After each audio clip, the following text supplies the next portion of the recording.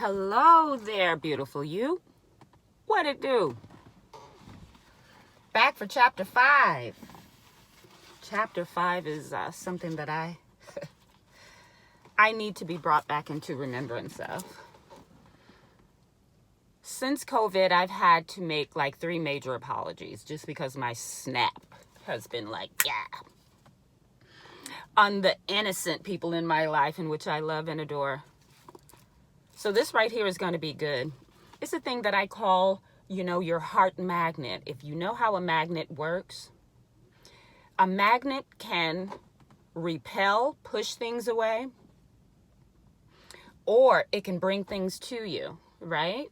Attach things to you. Now, I like to keep my heart because your heart's desire attracts things. You know what I mean? And it is your receiver, right? Now, when jealousy, when anger, and all the things that God tells us not to do for a reason, for our sake, not pretty much others, is for a reason. Whenever you operate out of pure love, then you become a repellent to your good. Have you ever been maybe like a week behind in your bills, a week, just seem like you're always reaching, right? Then there's times where you're just in full love, everything's working out. Oh my God, I love the world. And just things and blessings just come. Yeah, that's where I always want to be. And I can feel when my heart magnet has been flipped to negative, right? And I never want to be in that place, So check out chapter 5 and let's see how we can maintain a positive heart magnet. Yeah, because we want all of our blessings quick, easy, non-stress, with no delay, right? Let's go.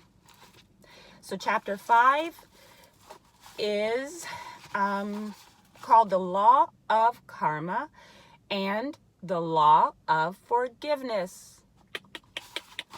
Yeah, let's go. Man receives only that which he gives. The game of life is a game of boomerangs. Man's thoughts, deeds, and words return to him sooner or later with astounding accuracy. This is the law of karma, which is Sanskrit for comeback.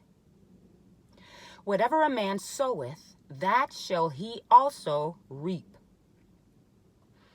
For example, a friend told me this story of herself, illustrating the law. She said, I make all my karma on my aunt. Whatever I say to her, someone says to me. I am often irritable at home and one day said to my aunt, who was talking to me during dinner, no more talk, I wish to eat in peace. The following day, I was lunching with a woman with whom I wished to make a great impression. I was talking animately when she said, no more talk, I wish to eat in peace. My friend is high in consciousness, so her karma returns much more quickly than one on the mental plane. The more man knows, the more he is responsible for. A person with a knowledge of spiritual law, which he does not practice, suffers greatly in consequence.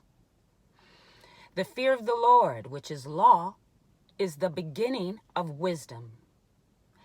If we read the word Lord,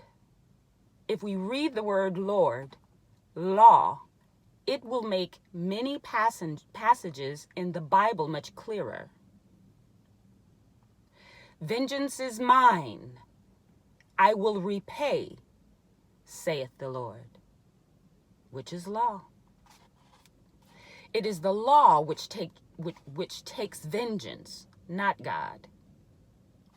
God sees man perfect, created in his own image, his imagination,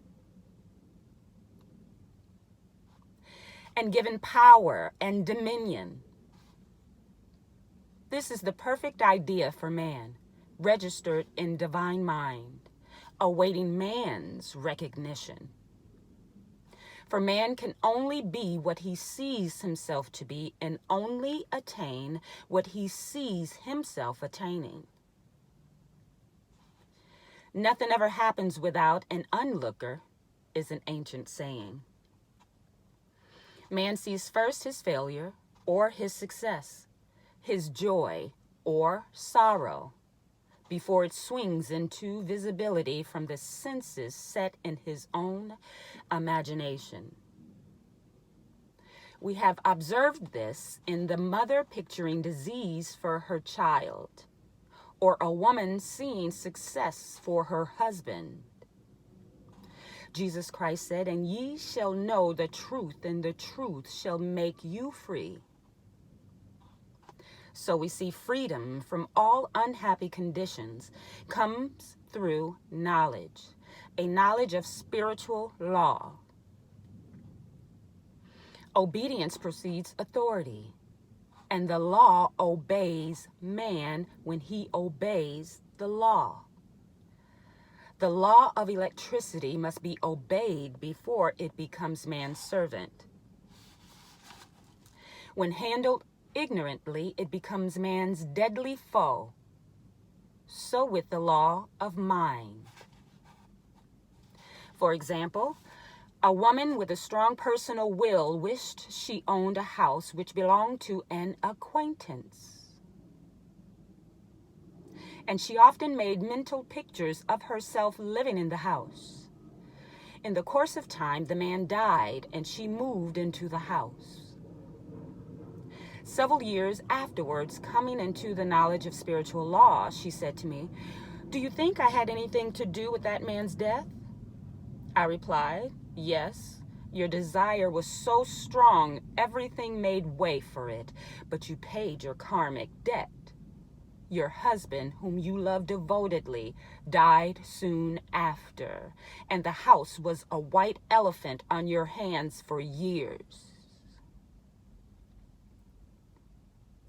The original owner, however, could not have been affected by her thoughts had he been positive in the truth, nor her husband, but there were both under karmic law.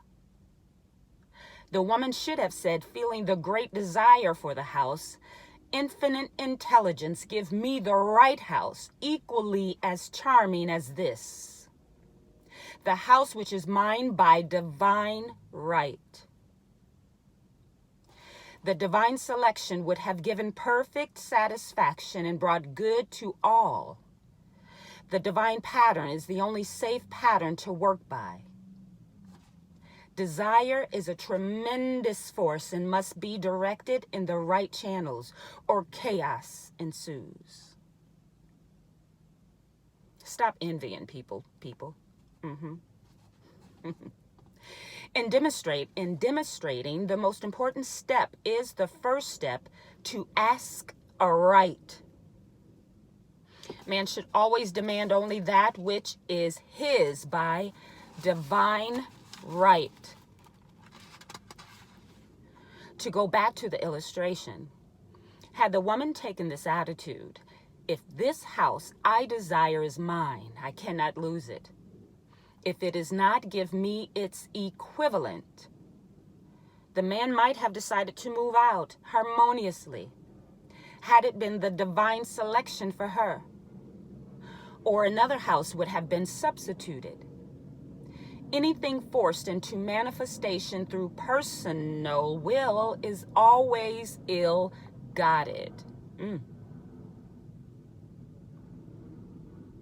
And has ever bad success. Man is admonished, "My will be done, not thine."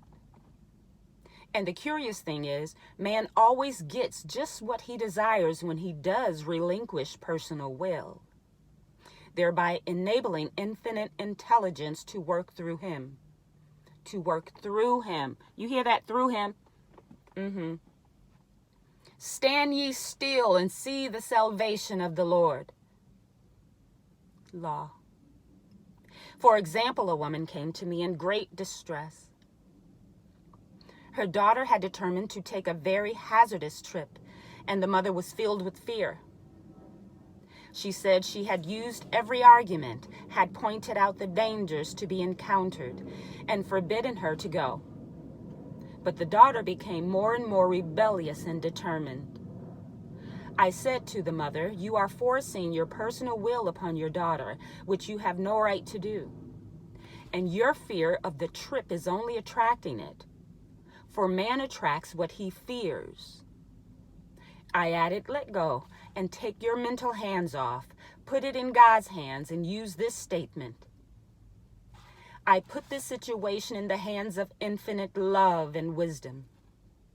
If this trip is the divine plan, I bless it and no longer resist. But if it is not divinely planned, I give thanks that it is now dissolved and dissipated.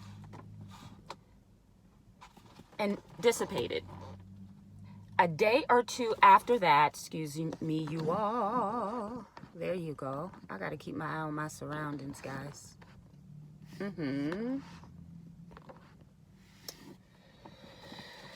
Okay, a day or two after that, her daughter said to her mother, "I have given up the trip," and the situation returned to its native nothingness.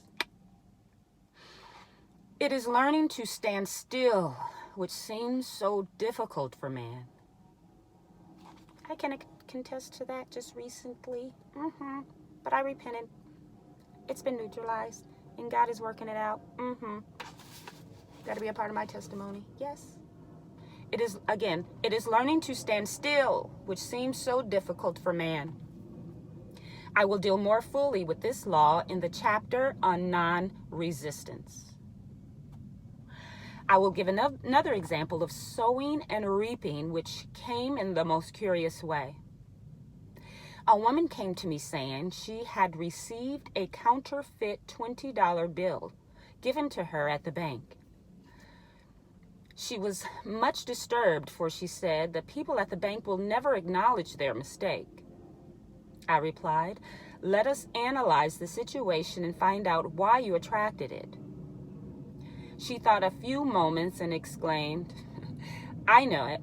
I sent a friend a lot of stage money just for a joke.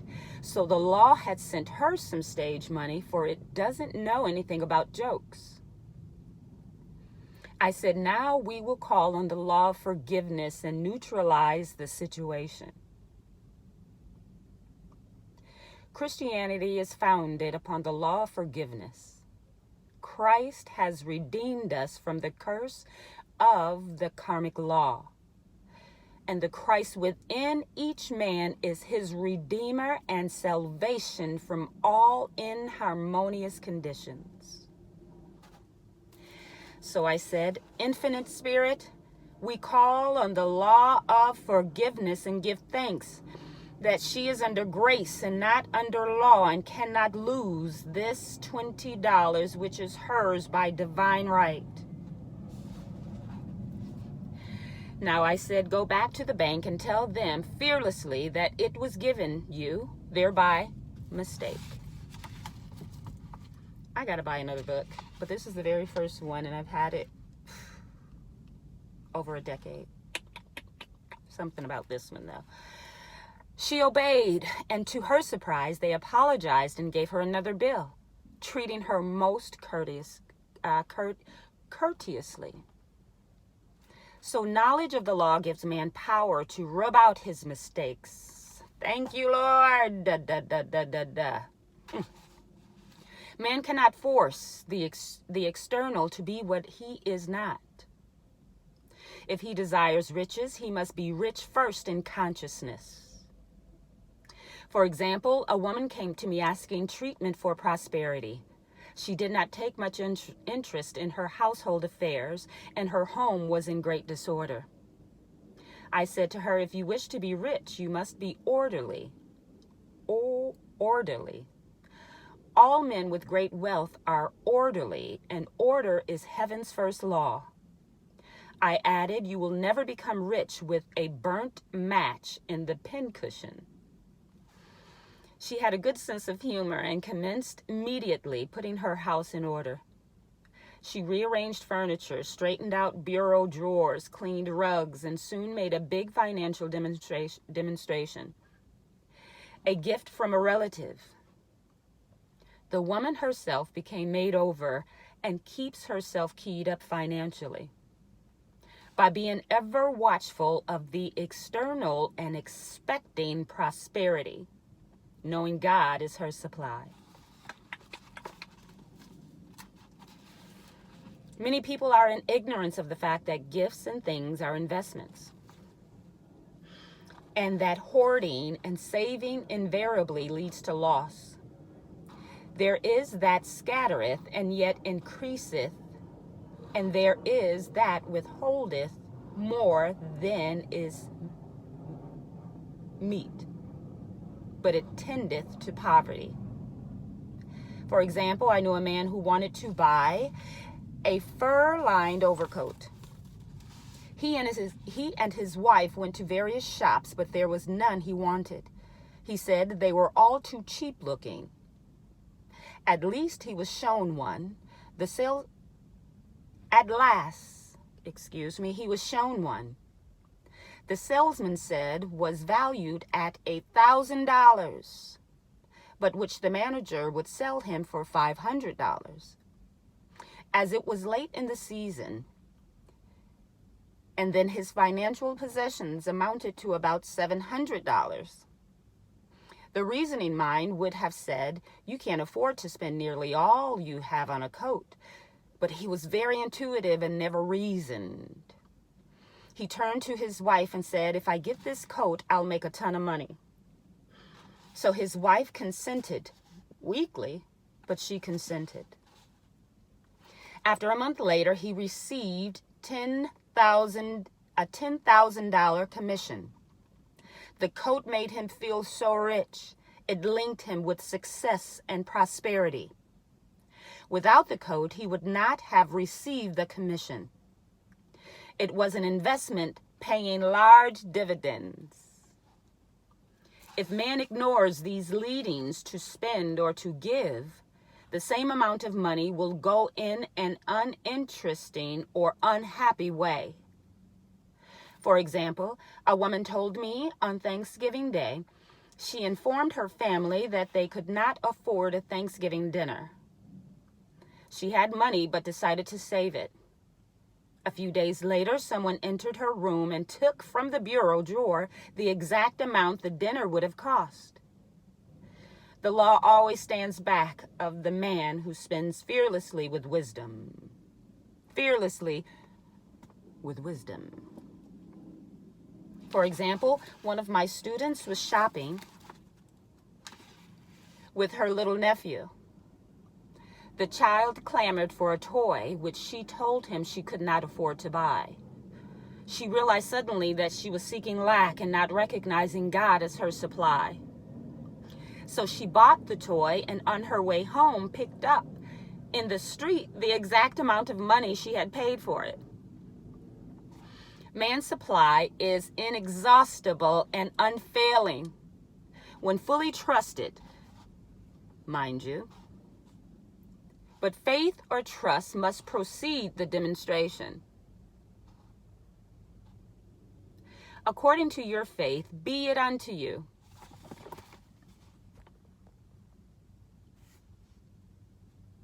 Excuse me, guys. Let's plug this in as we continue because I don't want to lose this. Don't want to lose this. Don't want to lose it.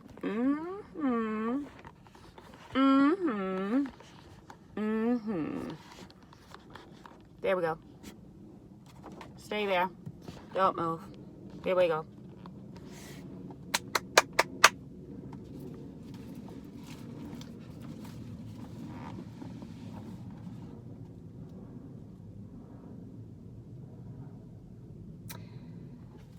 Man's supply is inexhaustible and unfailing when fully trusted, but faith or trust must precede the demonstration.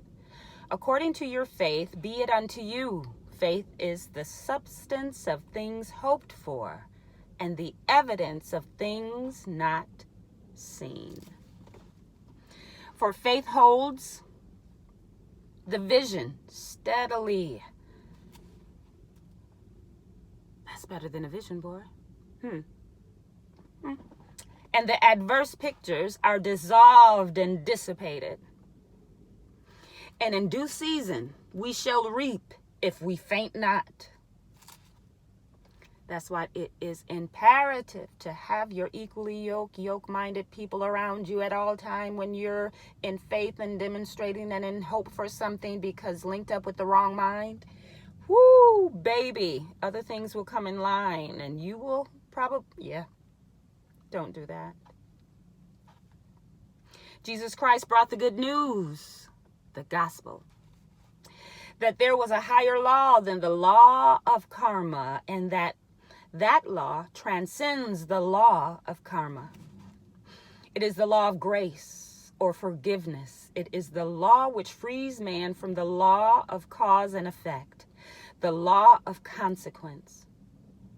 Under grace and not under law.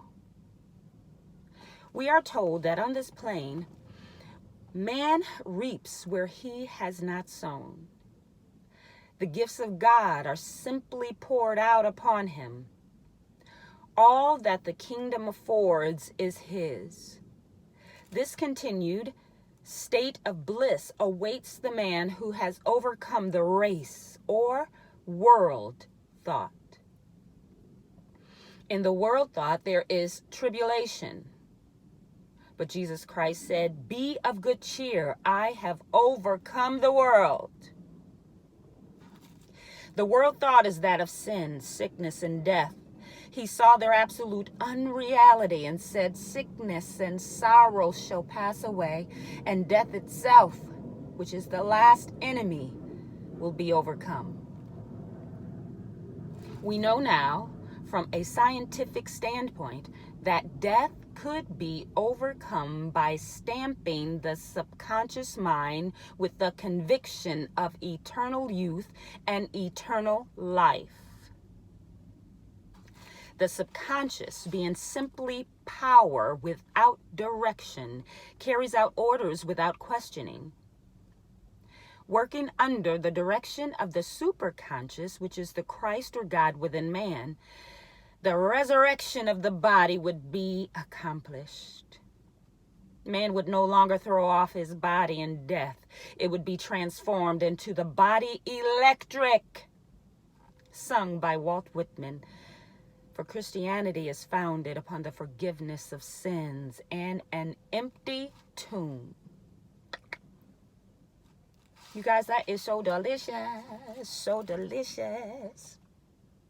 that I'm going to end this right here and turn this back on and get right to chapter 6, which is called Casting the Burden. I love you. This was fun. Can't wait to see you next time. Whew. I hope this is filling you guys. Because every time I reread this, I'm relit. I'm relit, refocused, re-enlined, back on my journey. I love you. You guys be blessed. See you in a second. Yeah? Pieces.